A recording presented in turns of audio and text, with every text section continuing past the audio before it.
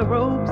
When I'm living on the ropes, Going down for the third I time. hear you calling me, I hear you calling me. You say you might be afraid of false words and words. They're just impermanent states of mind. And at once I'm free from false identity.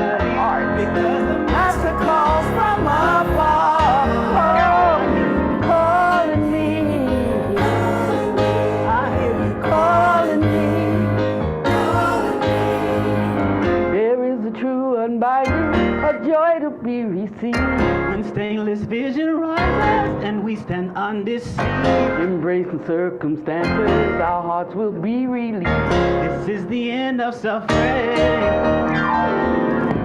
Feel like my eyes haven't seen much.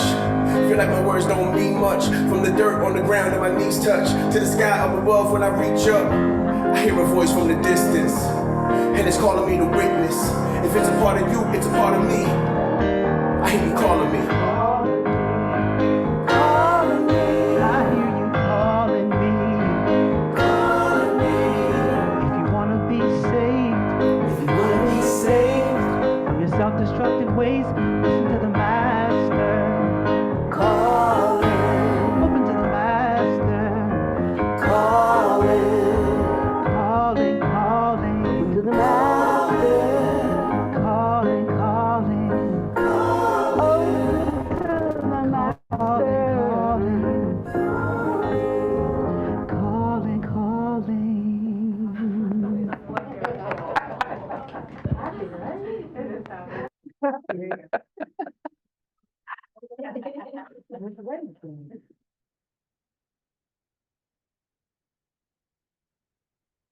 Okay, so I'm going to read a little bit of this. It says, background. Buddha Master met with Zazi and Pannavati, along with 8 Heartwood residents, Soma, Toka, Busita, Santi, Sada, Akachamani, Nidana, and Ananda at Miracle Temple in Pasadena. Pannavati met 4 previous times directly with Buddha Master, twice prior to this assembly, and once with 5 other students, Claire, Grace, Bharani, Soma, Suchness, and Maya, and once with, along with me and Soma. Pannavati also attended the Dharma assembly that took place at Hesperia when 5,000 of Buddha Master's disciples attended, and she received the Vajra pill.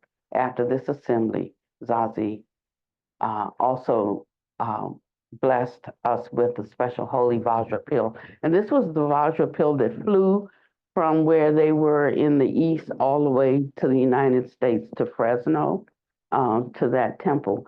That's her temple right now. So there was another group of nuns in that temple, but when that pill flew there, they gave, and it was in her hand.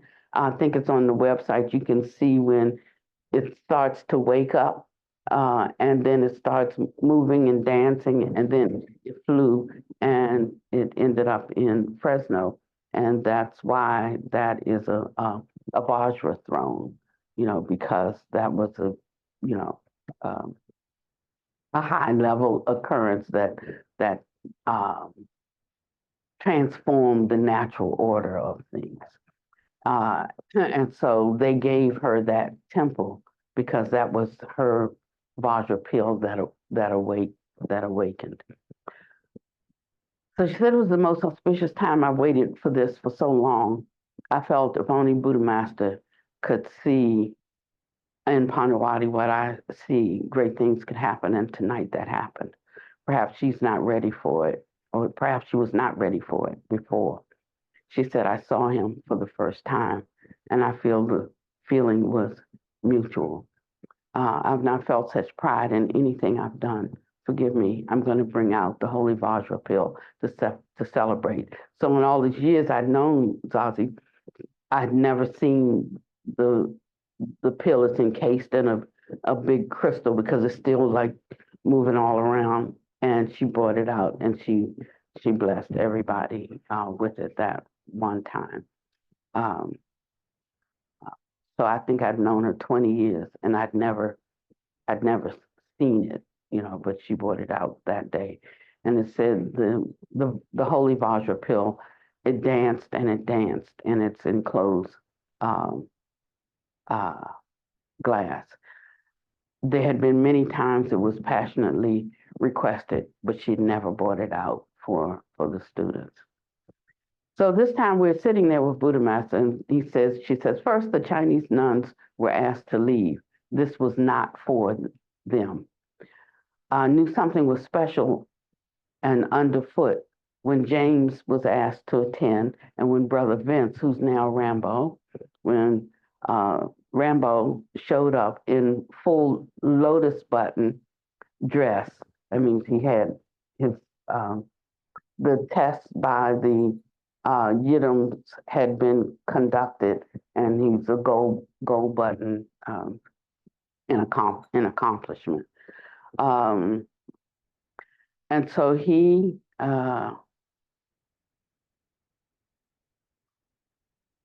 and Nicole also, and everybody knows Nicole. She's in charge of the translations. So here it is. So who was present this night that we were there was Nicole and Buddha Master and the Holy Guru Rambo. He's happy because he just became a U.S. citizen and he named himself Rambo. So he likes it. I like it. And they are the ones really who govern what we can do, when, and pretty much how, and who. Yeah, that's who they are. This is like having money in the bank and you don't spend it because you don't know you have it. But once you find out you have it, you spend it. She says, I'd never seen Don, and Don was present. I've never seen Don at anything in all my years of being there. This session was only for those Western students that were there, but he did allow 4 of our Chinese students, for my Chinese nuns, to stay. And then he talked about us singing the song, and he had said it would be okay, but then they confiscated all of our stuff when we went in, so we didn't have anything to be able to sing the song that we had for Buddha Master, which was the Dharma stays saying. I think they came back and gave it to us but so they thought it wasn't going to happen because he said this is nothing like this has ever happened in a Dharma assembly before, that there was any singing and all of that.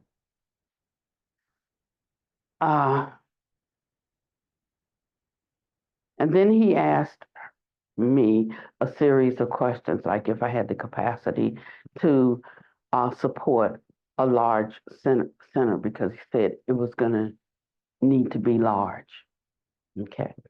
And I said yes, and at that time I had hardwood, so we had enough expansion for a 90-room facility. We had 15 resident practitioners at that time.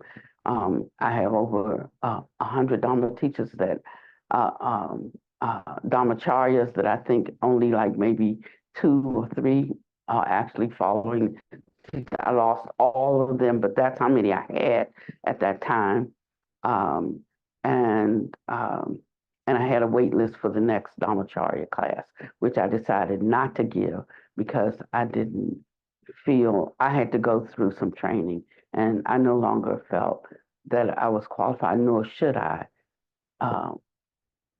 do the training that I had developed. So abandoned all of that. And then the Buddha Master went on to tell us,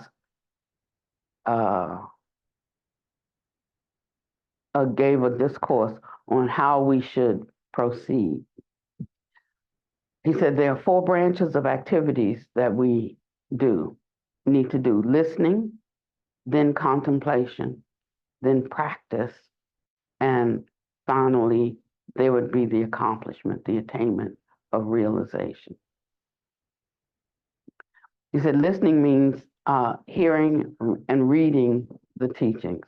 Contemplation is when we become quiet and try to resolve issues through meditation.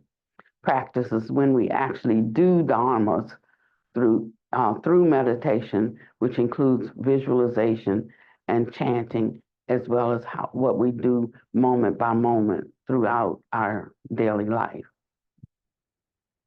He went on to tell us that here does not mean that what we will do is correct. I mean, now listen, because if I had had this could have given me guidance throughout this whole year or year and a half, that we've been vacillating back and forth, or maybe it wasn't for me to find until now, because I had to actually walk through some things, or we had to go through some things. And we learn by going through things, by actually experiencing things and unpacking it. What does this mean? How do I maneuver? How do I transform a situation?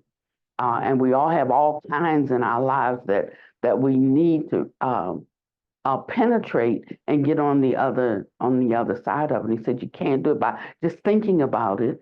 That you have to learn to walk through these things. And as you do, your wisdom grows and increases, and you can apply it here, over here, and over here, and over here. So you can take care of 5 issues with 1 bit of knowledge, just applying it in different places that you need it in your life. And so he said that it doesn't mean that what we do is correct. And he said, but that's because we don't know yet. Even when we're trying to do what's correct, that we have to recognize that this is the Dharma ending age, and sutras have been tampered with. And because of this, we have a hard time attaining realization. Said, and that's why people don't talk about becoming accomplished, and why they denigrate you if you do talk about becoming accomplished, because it's just not even a topic for conversation in our basic Dharma world. And at the end, Brother Vince, who's now Rambo, said, don't practice no-use dharmas. And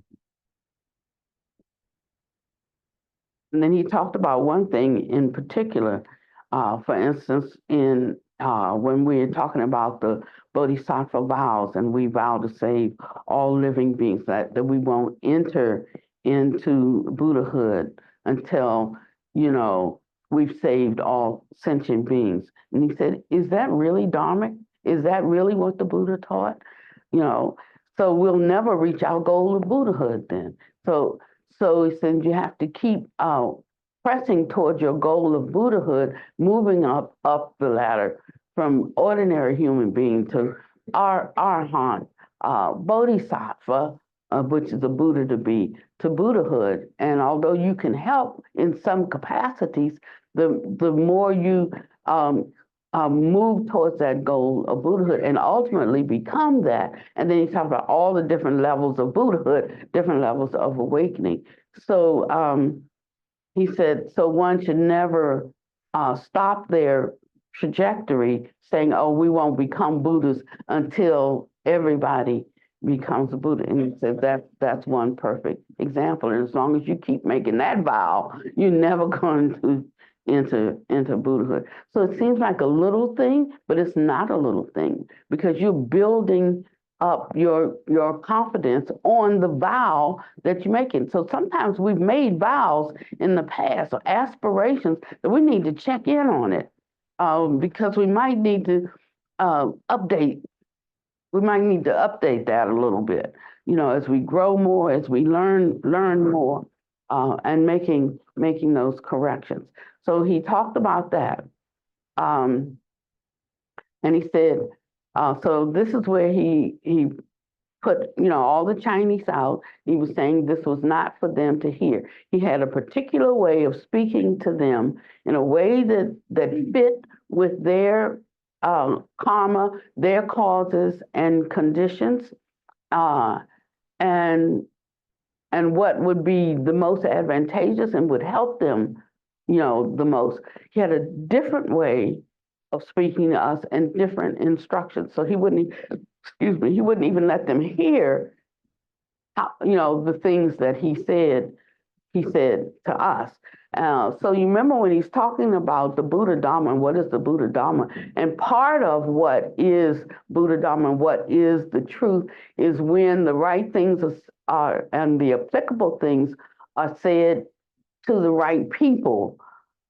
So what is presently occurring and who is present is as important as the truth that is shared or spoken, because that can differ according to different circumstances and according to different people. So he says, don't just be spouting off Dharma. It's empty, not just empty words, but it becomes erroneous if the wrong things are said. Or even if the right things are said to the wrong people. That the Dharma that is spoken has to meet up with the minds of the people who are present, and that's only then is a true Buddha Dharma.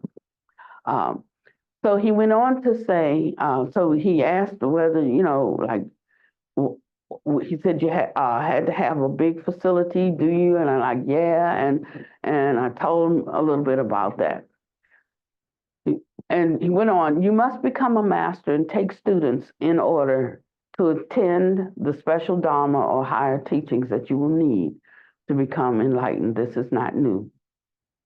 When you take your own students, you will see more. You will see more, and you'll understand more, and you will be able to do this. Don't worry.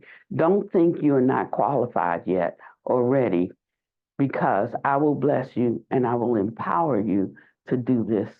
Start now. Now, that was August 27th, 2021.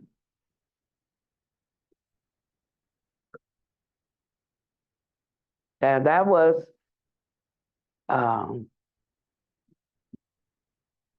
his direct instruction to me.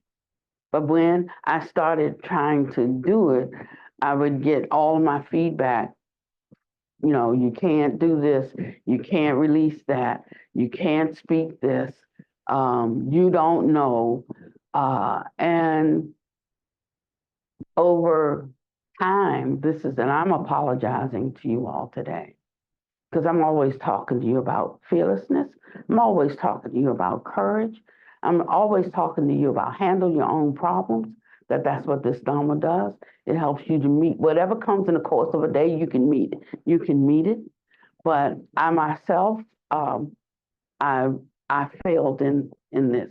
And so I called Zazie this morning and I let her know. I mean, I felt suddenly such a deep love for her. And instead of feeling like I'm always feeling that she's holding me back or preventing me from doing something or not giving me something, that I want to share, or I find out that she has something that she hasn't shared with me.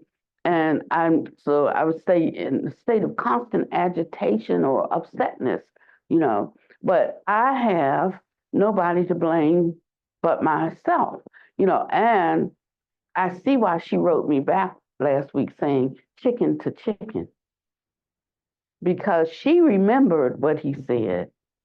I did not remember what he said. And I let the circumstances and I feeling like I was under everybody's thumb, and I let it affect my, and so I didn't do what he told me to do. I didn't ponder it and allow, the instructions to be illuminated, and I can't blame anybody for that. So it washed away all of my upsetness, my frustration, my anger for those that I felt was, like preventing us and holding us back. We've been rolling around in circles trying to figure out how to lay it out systematically, you know. But every time we would meet, we never get to the substance. We never get to the teachings. We were constantly rolling around in attitude, like because they won't let me share this, or they won't, So all the time was wasted. All the energy was wasted. But once you see something clearly, and drop, that's where those sixth sense, the sixth sense based information comes in and obscures, and that's why. But he says that when you start acquiring or developing prajna, the sixth sense basis cannot operate. They can't. It's not like you stop them from operating, and you stop basing things on what you think or what you hear or what or what you saw, or it's no longer, that's no longer your primary information base.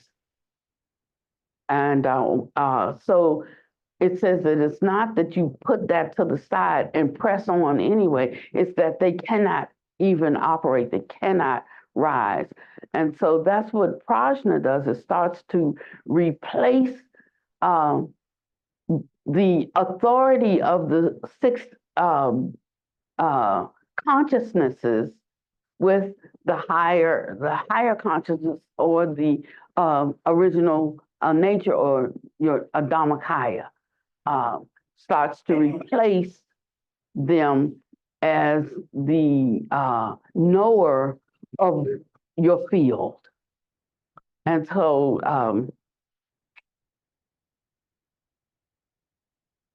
so it says Pannavati was told to set up her academy now, August 27, 2021, and to teach the 5 Vijjas.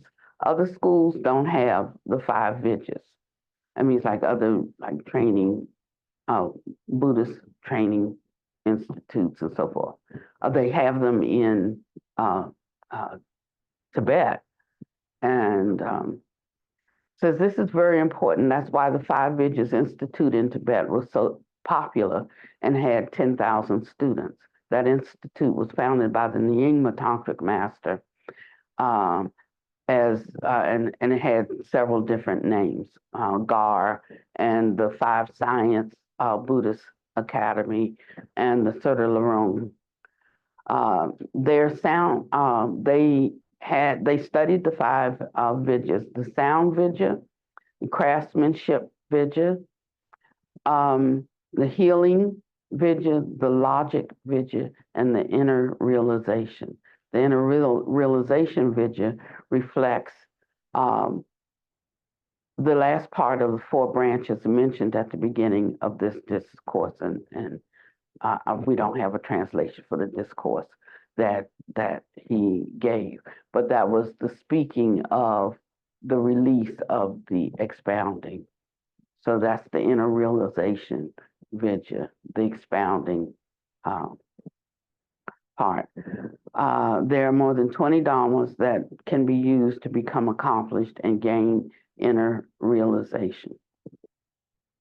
So I remember, one thing I do remember is they spoke about the good horse traversing the sky, where one actually flies in the sky and realizes that power cannot be controlled by human intervention. And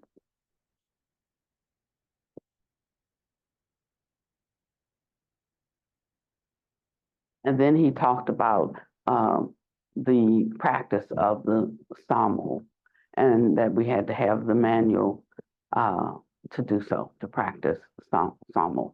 So he said that we have two paths, that's cultivation and meditation, and that the Samu is part of cultivation. You need to practice what is cultivation, learning from Buddha, Samu, and expounding the absolute truth through the Heart Sutra. And so he was letting us know there's tens of thousands, hundreds of thousands of manuscripts, each having a method. It's one of the 84,000 Dharma methods, but we don't have to learn 84,000 Dharma methods. It's getting to the ones that you need. So he said if one has the affinity to hear this, because 99.9% of people won't have the affinity, then this is the Dharma for you. It doesn't mean anything is wrong or deficient in the rest. It's just that there's another method for them whereby they can attain realization. So it's not like my method's better than yours. It's not like that at all. It is the right method for the right individual. And if they take it up and don't try to do 20 other things, then it becomes a quick path to their realization. And then went on, and then we sang the song, and he said that we should go forth with a song ministry, and that's what we did move forward with that. And so so we now are clear, and we know that it's been since 2021, and I was glad to find this document on my computer that was sent to me the next day. The other thing is that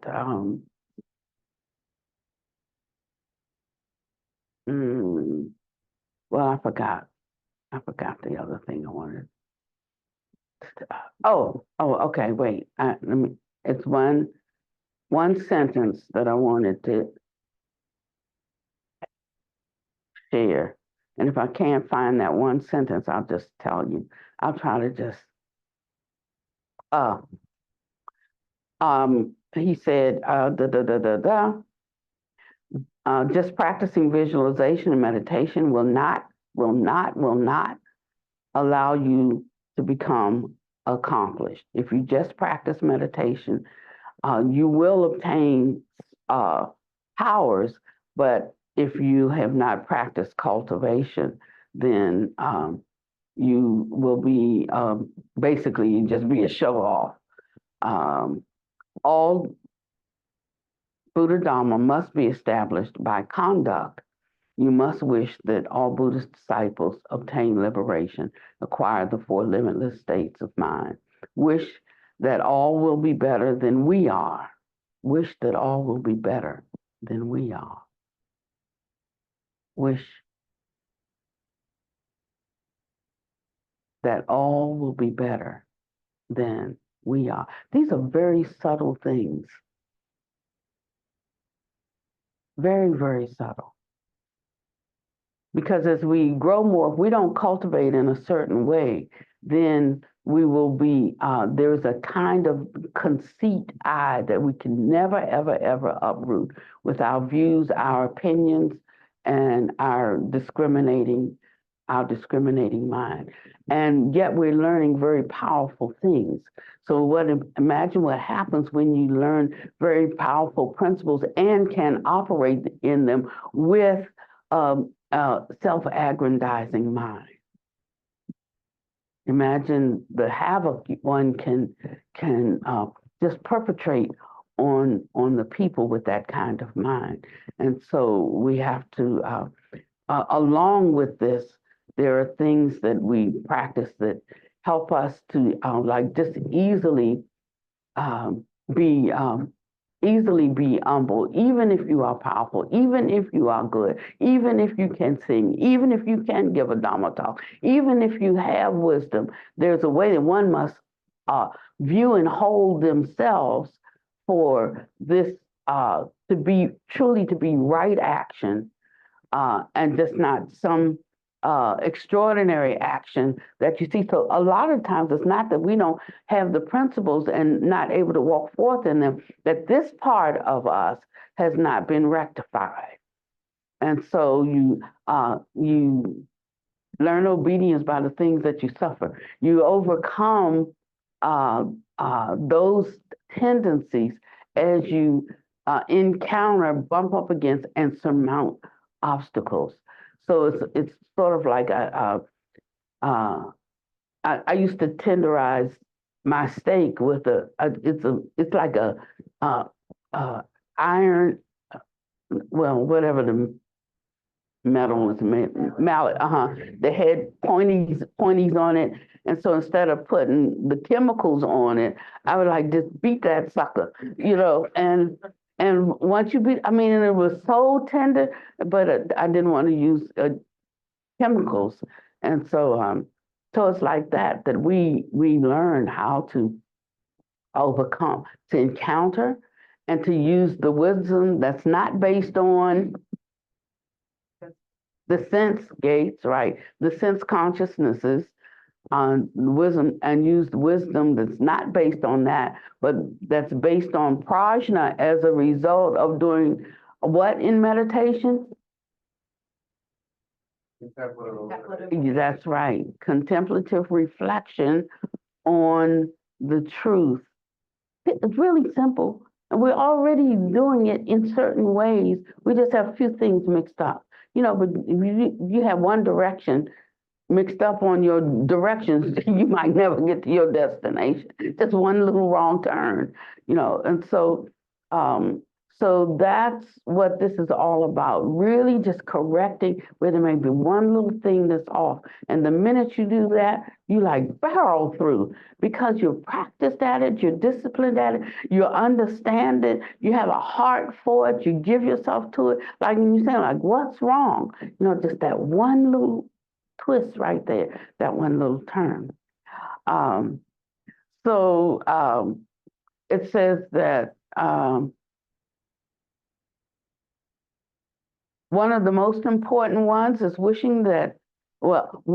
first of all that all will be better than you are. And of course that uproots jealousy, right? That uproots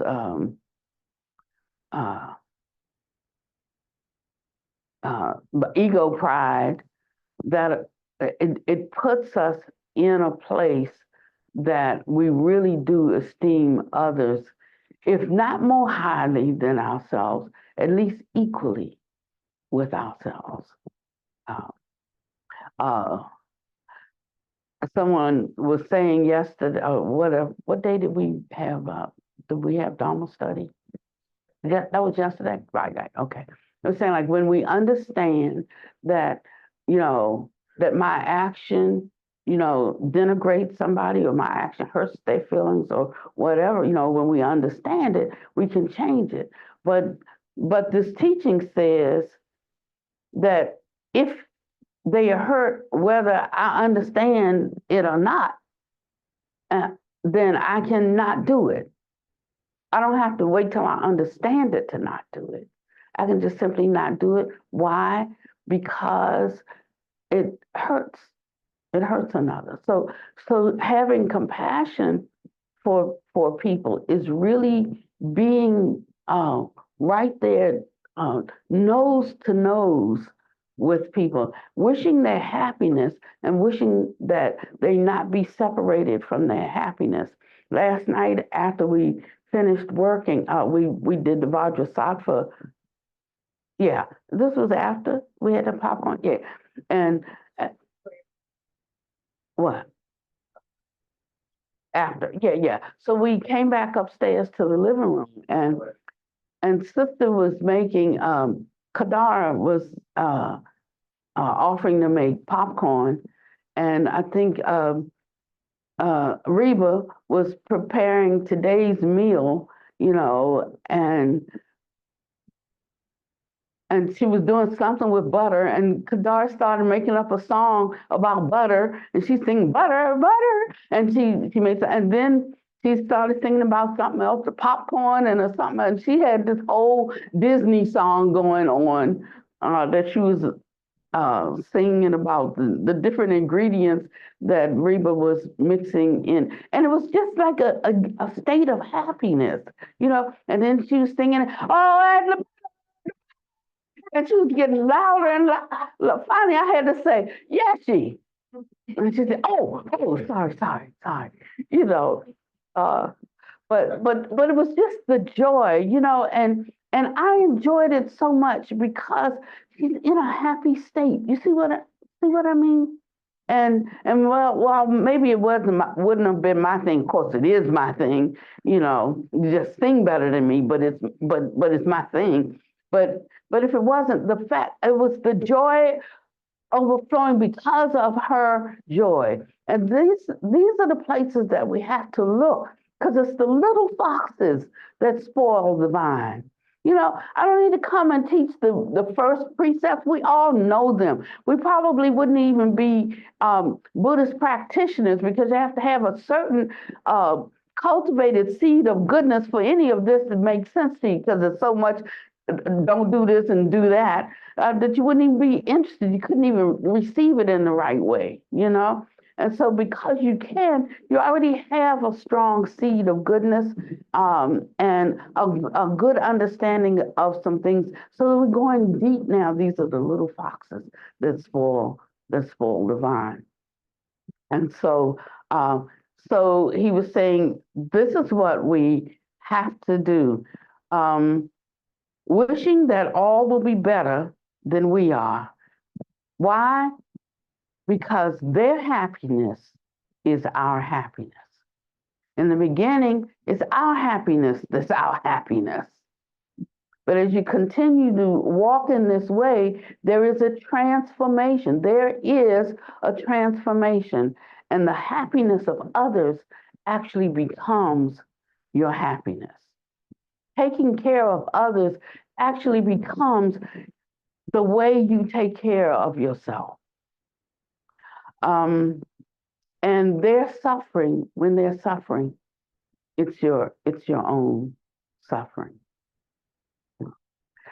And so when you're in that place of suffering, you have to know how to transmute that suffering. And that's part of what you learn in this process. So if somebody else's suffering is your suffering, you come half the distance, but you haven't gone all the way, because the transformation activity has not yet occurred. Do you understand what I mean? I haven't been able to sleep the last couple of nights because I have some friends who are having some kind of problem, and I don't know what it is, but I think it's pretty much what you know we think it is. We've talked about how we could help, and I have helped them, but there's a point that you have to stop helping, and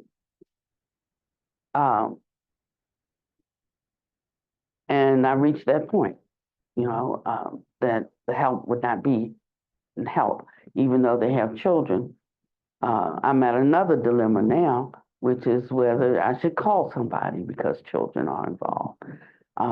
But I don't have a clear answer on that, so I'm not taking any action on that. But they called me at 1:30 in the morning needing $65, talking about their insurance was canceling at midnight, and if they didn't pay the $65 for their auto insurance, that the whole annual thing was going to be due. Now, well, first of all, you're an hour and a half late because it's now 1:30 in the morning, and that's not the time to be calling. You had all day the day before, if that was really the case, you know. And I'm like, what would they really need this $65 for at 1:30 a.m.? Yes. And so it's coming closer to something, and I had called earlier in the day. I talked to Soma. I said, Soma, you know, I don't want to get in somebody's business. Not if they, you know, they come for help. Buddha said, help them. If it's in your capacity, help. I help. But then he came back again. Now, and it was still in my capacity. Help. I help. You know, the children still have to eat. So then they come back, but now I give you some instructions. I'm saying, go do this. This is where they will put you up as the male and the son. This is where they will put up the females. And I'm laying out something to help them move towards some resolution of their situation. And the resolution is not calling me, every other day for more money, or asking the people that they work for, or taking their kids over to their jobs, and all of that. So you get to a place that you can't help, and you can't help. And so now I'm wondering, what is my responsibility, towards the children? But I talked to someone about it last night. She's one of them social worker types, and she said, I said, do you think I should just call and just say, okay, who's on drugs? You, your wife, or your 18-year-old? Like, who is it? I mean, what's the real story here? Let's try to get you the real help that you need. Because I know he was in the hospital for a few weeks for something, so maybe he was on pain meds, got out, got an issue. She also was in the hospital for over a month, and same thing. So maybe they've gotten themselves jammed up or something. But I'm saying that this is where you have to have more than just the worldly wisdom, that comes from what you can observe outwardly, and it makes a difference in whether you become part of the problem or part of the solution. So all worldly Dharma is Buddha Dharma, So it says, that was the last part that I wanted to read, except the last line was, when the Buddha Dharma is bright. This was the last thing that he said. When the Buddha Dharma is bright, it doesn't mean it has succeeded. Yes, you have this big place. Yes, you have all these teachers. Yes, you have, when we started going online and we started ending up with hundreds of views and all of that. Yes, you have all of that. It looks really bright. Yes, when the Buddha Dharma is bright, it does not mean that it has succeeded. And when the Buddha Dharma is dim, it does not mean it has failed.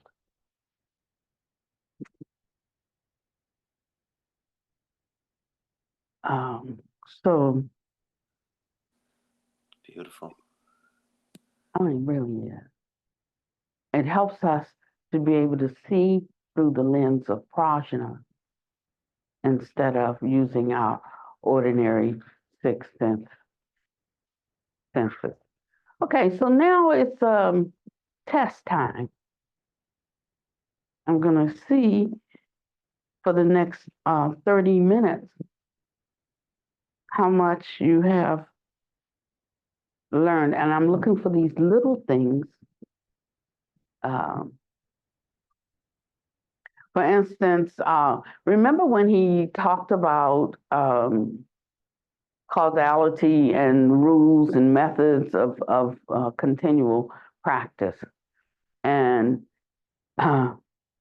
he spoke about the Buddhas and the Bodhisattvas, and the question was, are they like bound to causality? The high level Bodhisattvas, of course, the low level are, but and the high level Bodhisattvas, the holy beings, the Buddhas, are they bound by causality? And what do you think the answer is? Yeah. Yes, they don't ignore it. Okay, so the answer is no, they are not bound by it, but you can't just say no, they're not bound by it. It means they don't ignore it. See, that's a very subtle difference. Not, and what does not ignoring mean? It means they transform it. Like when the Buddha went into the hell realm and transform like when he took the suffering and transformed it. Remember the story about the swords? Like you're able to I think to work with that karma in a way where you overcome it and release others through the overcoming of it or transformation of it. Mm. Okay, well, that's a pretty good guess, and that could roll around the perimeter. The maybe a little clearer for usage for us is that although they're not tied up in and bound by causality, they don't ignore it. So everything they do to help people, they do it according to the causality that has manifested, you know. So and that's that part about everything being done at the right time, for the right reason, for the right person, you know, the whole circumstance. That's the difference. That's the only reason or that they can serve or support or help us is because they're not just pulling a remedy out of thin air, but but they have penetrated and attained prajna wisdom so that they know the right thing at the right time for the right person with the right motivation for the right reason, and all of that becomes perfect. So not ignoring means that they turn the wheel of Dharma according to the manifested cause. I mean it's so beautiful to get. Yes, Joe. And it's like we were saying yesterday, if they can empower us, see the cause for ourselves, then we can build our own solution. Right. Mm-hmm. I just have to say, I love that. I love it because to me, it's so much about penetrating wisdom, really being able to get still enough to really see you and see, it doesn't matter how it originated, but this is where it is. Oh, thank you. And to really be able to give the right medicine at the right time, like your own personalized prescription for healing, potential healing. Mm-hmm. So, And that's not, and that personalized prescription is personalized to them. It's not personalized, you know, to you. Like, well, this is what goes for me, you know. And so because it goes, I think that for me, I think that for you. It could be the exact opposite. What I tell myself no to, I could say yes to you. Or what I say yes to for me in that same situation is a no for you, you know.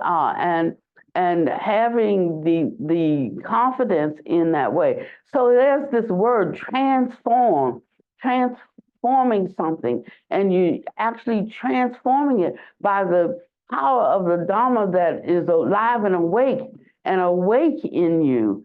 And this is the reality state that we're talking about. We use these words, and it's going to take 100 different definitions for you to understand a particular word. So you have to hear it 100 different ways, 100 different scenarios. But after a while, you start to see the limitation of words and how words will hold you back and keep you from stepping into the inheritance of your actions, the inheritance of your conduct, the inheritance of your thoughts.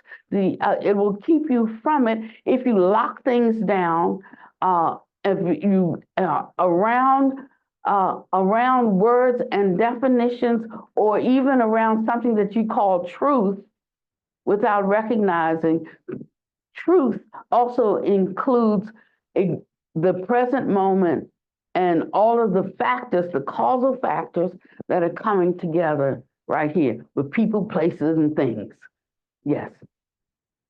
I would liken it to and a situational awareness with at the same time being able to take yourself out of the equation and see things from a lens that doesn't involve the self.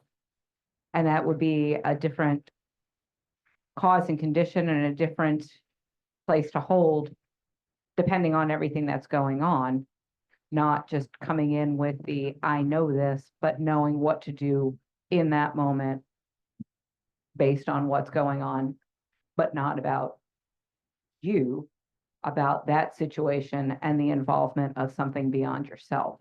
Mhm. So yes, and the idea, the notion that we have based on our experience, our past experience, and our memories will trip us up around bad circumstances and around good circumstances, and prevent us from accessing or operating in the the reality state if we rely too much on on the worldly wisdom that we have gained.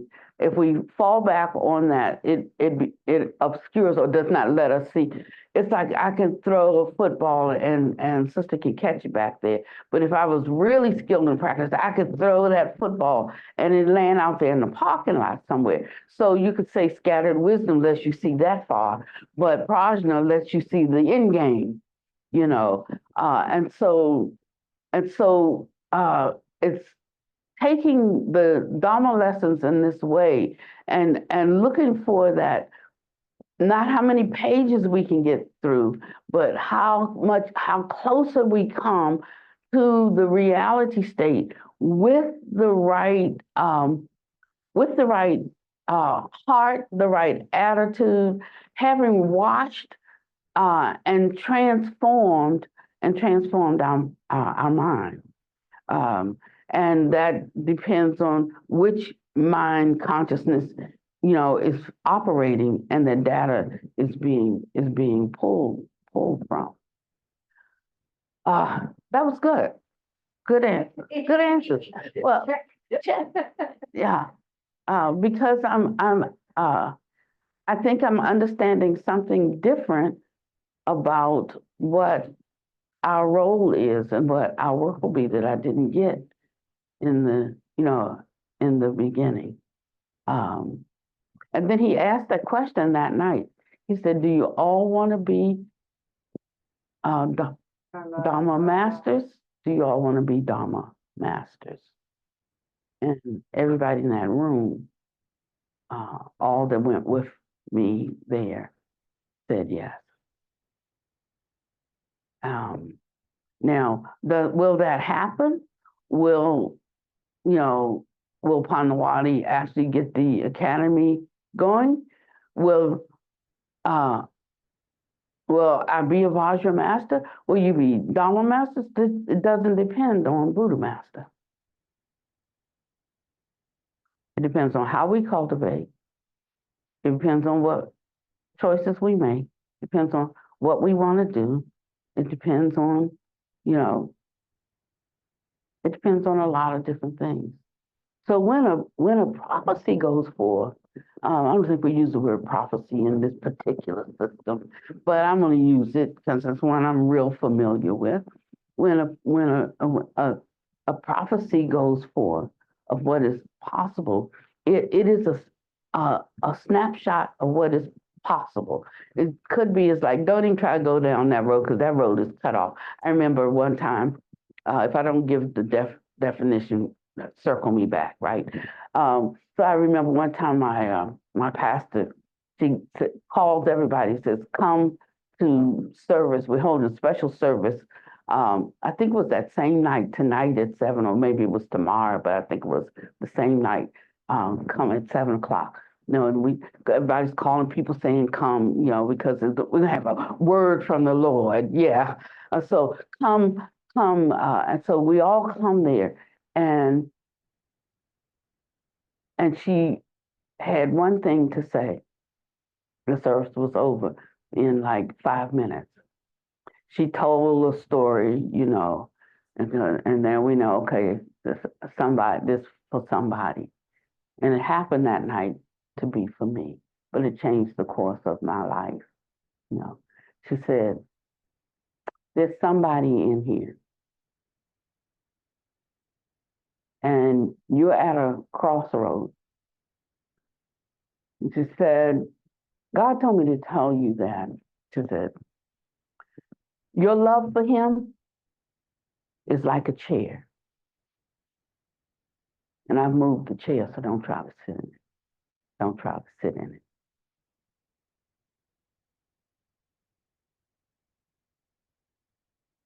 But when she said it, I knew that was for me.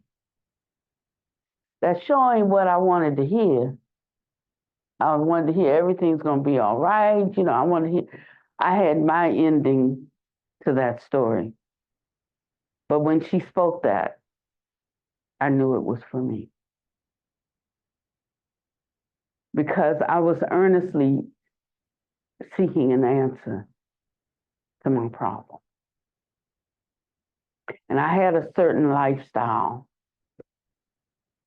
and he had a different kind of lifestyle. This ain't Jay, this was before Jay. I had a certain lifestyle, he had a different lifestyle. And I was gonna have to choose, they really weren't that compatible. It wouldn't take me where I wanted to go. And she said, now I'm gonna ask you to do something else. She said, I know you don't want anybody to know that this is you. She said, but if you can't acknowledge it, by the time you get home, you will deny that it is you. So she said, I want you to have the courage to stand. I'm like, hell to the no. No, they already think they know all my business. So she gave the invitation a second time. I'm looking all around, is it you? But inside, oh God, I was dying, you know. And then she said, I'm going to make one more call, 3 times, and that's it. Don't let this opportunity to be free pass. And she made the 3rd call. And that time, oh, then somebody else stood up, and she said, she acknowledged that they had an issue, but this wasn't them. Said, no, it's not you. And then finally, I stood up. And I'm going to tell you, it immediately broke that yoke for me. Of course, and then we did our Pentecostal thing, you know. Then I go up and everybody's crying and laying hands on and all of that stuff. But the moment wasn't in all of our stuff that we did, you know. All our praise God and flipping over and be free and all that. That's why I didn't want to do it, because all of them were bound too with things, you know, like don't be singling me out. But what broke that yoke was that moment being able to make that decision. That's why I have been so interested in this Dharma that what is the Dharma? The Dharma to pass through barriers. See, I tell you, in all of these different things we have dharmas, you know, it doesn't have to be Buddhist, Christian, Jewish, you know, in all of these practices, inner practices, we have dharmas that do certain things and that break down certain things, but we have to have the courage to enter into them. So I've been thinking about the Dharma, taking up the Dharma to pass through barriers, and I've done it with 2 things, but every week I read it again, and now what I thought was like a big issue, well, it's not that big an issue because it's not anything I'm even doing to anybody, you know, it's just me and my own propensity about something, and I'm not hurting anybody else about it, but I don't want to do it, you know. I don't want to think that way. And so I thought that that's my greatest challenge, and I put that first. But now that I've done that, I know that wasn't hardly my greatest one. I haven't uncovered it, or I can really come here and think of a few more that trump that, But I'm getting closer to it because I'm getting closer to being totally honest with myself. I'm getting closer to have my back against the wall, cannot go any further. I'm getting closer in that way. And as I get closer to that, there's more light shed in the room that I can understand things, including understanding me and understanding situations and understanding, and not because I have been groomed a certain way, I have a certain cultural orientation, not because I went through something and it taught me this, not through any of that, but the lens of the light of prajna starting to shine on situations. I'm just becoming an instrument. That's all. Just an instrument. You're just becoming an instrument of the Dharma, or whatever word you can use in your closest favorite tradition, whatever word that is to you. And so we're no longer learning the Dharma. There's a transformation, and we actually become the living Dharma. And as one transforms and becomes that, there's no talk about I'm becoming the living Dharma, don't you know? There's no talk about that at all, because the self begins to just dissolve, disappear, fade away, in the sense of you thinking it's you, or it belongs to you, or you're in it. All of that starts to fade away. And it changes the way that we relate to people, and it changes because I now have no preference, or even if before that, I can have a preference and not be attached to my preference, and then you get to the place that more and more things you have no preference about. And as you have no preference about them, you start abiding in a certain kind of ease as you go through life. And you can have 2 dominoes fall over, or you can have 20 dominoes fall over. And you're not affected overly, and you're not affected under. And then certain things begin to happen in your life and change.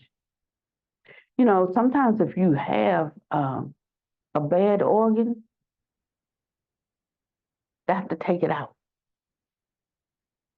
for you to live successfully. So sometimes we have things that have to be uprooted, and it's painful. It hurts.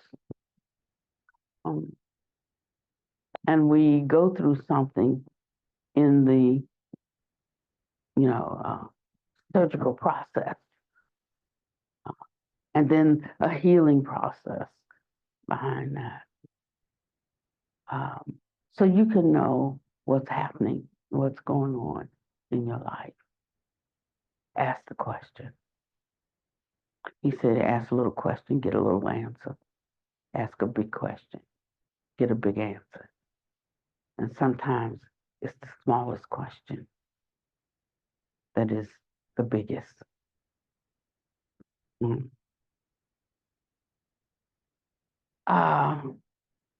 Gosh, I only got through one. Good. But I think we did. I think we did good. I think I should stop there, because if I go to the second one, it'll be here another hour.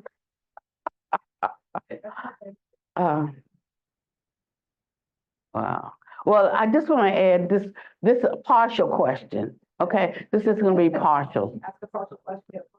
So Yeah, so it's like, what is cultivation? I bet you for every person in this room, you could give me a different definition of what cultivation is. So we came up in the beginning with one definition of what it is, and we just kept repeating that one, right? We kept repeating.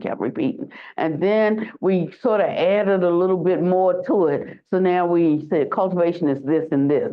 And then we've added like maybe two more things. Cultivation is this, and this. That's cultivation. But I want to add one that I don't think we have realized so much to your arsenal of your definition of what cultivation is.